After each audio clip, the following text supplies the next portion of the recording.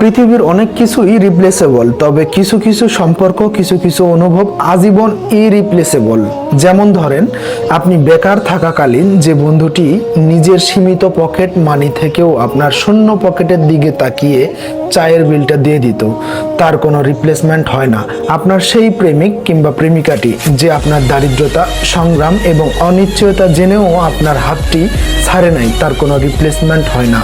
সেই মানুষটি যে মানুষটার ভীষণতা বোঝে, আপনার চোখের ভাষা পড়ে ফেলে, আপনার কাঁধে হাত রেখে শুধু একটা লাইন বলেছিল, ভয় পেও না, আমি আছি, তার কোনো রিপ্লেসমেন্ট কখনোই হয় না।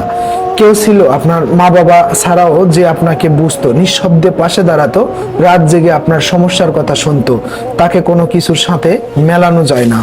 কেউ আপনাকে একদিন একটা বই উপহার দিয়েছিল, বলেছিল তুমি এটা পড়লে নিজেকে খুঁজে পাবে।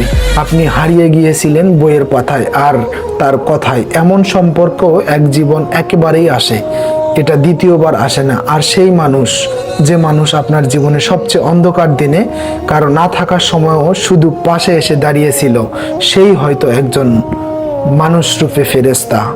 আমরা আসলে সময়ের ব্যবধানে তাদেরকেই কষ্ট দেই, তাদেরকেই ভুলে যাই। এই বাস্তবতা থেকে আমাদের অনেক কিছু জানার আছে, অনেক কিছু শেখার আছে, তারপরেও আমরা নির্দ্বিধায় সেটা ভুলে যাই এবং তাদেরকেই কষ্ট দিতেই